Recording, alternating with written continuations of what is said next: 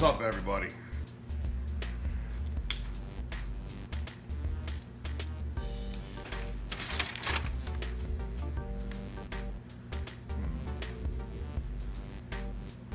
Maybe.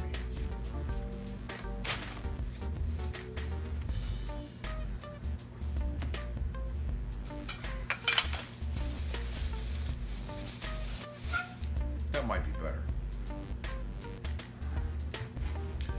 Hope the lighting's better. I got one light up here and one here that I just sort of stuck a thing on because it was, I mean, nay. I don't know. Anyway, so my first video on YouTube is about my useless box. I built the thing a while ago and I was making a whole video series on how I made it. And this is it.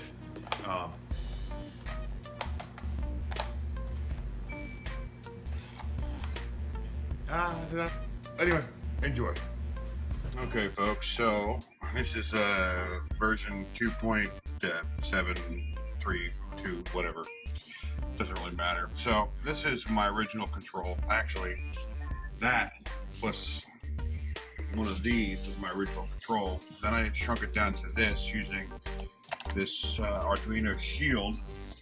And you can see here I put some header pins on it for my servos and connected some wires between the appropriate pins. In this case, I'm using pin 2 through a resistor to ground, through a switch to ground to activate the sequence, and then the two servos would just get tied into pins 12 and 13. Underneath is the standard Arduino Uno.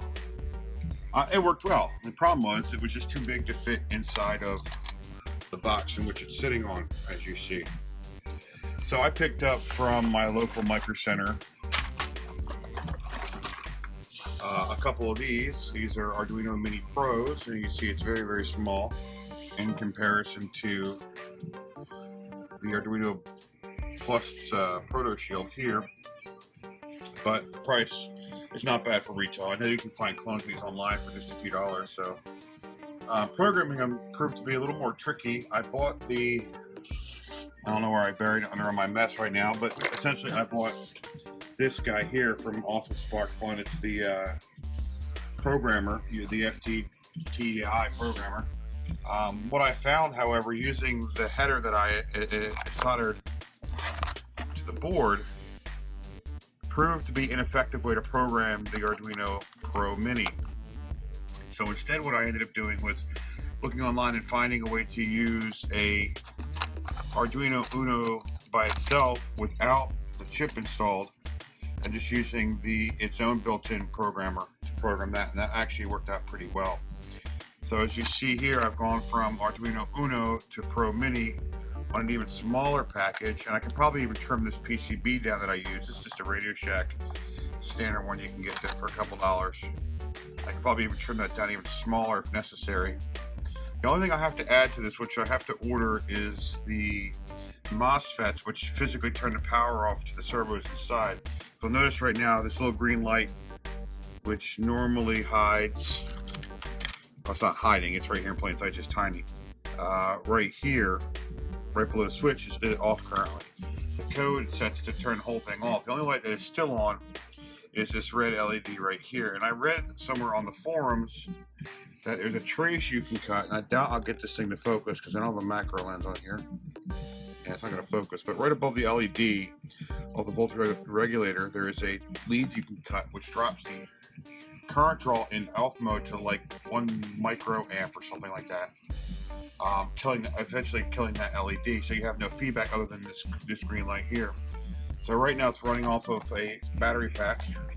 These batteries are 2009, but I'm still getting about 5.5 volts out of the pack right now. I have to change them because one of them has started leaking, and that won't be in my final project. But it's enough to operate the whole doohickey here. It wakes up, you see the light comes on, Arduino does its thing. And it's still pretty zippy off these older batteries.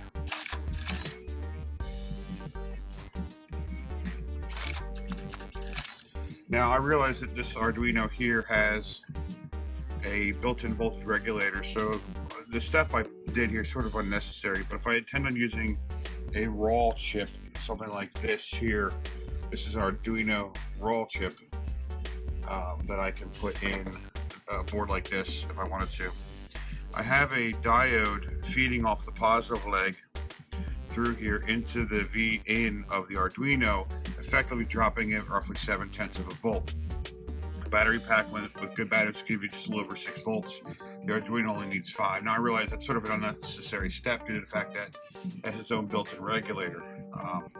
But I kind of want to keep that in the back of my mind in case I do a version of this where it's just a chip without using one of these Pro Minis. However, I do like the form factor. It is nice and small.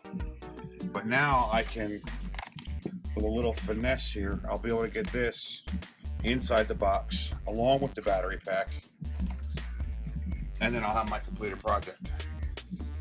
So like I said, the only thing remaining now is the MOSFET to physically turn off the power. The nice thing is the chip, the Arduino itself, does power everything else down.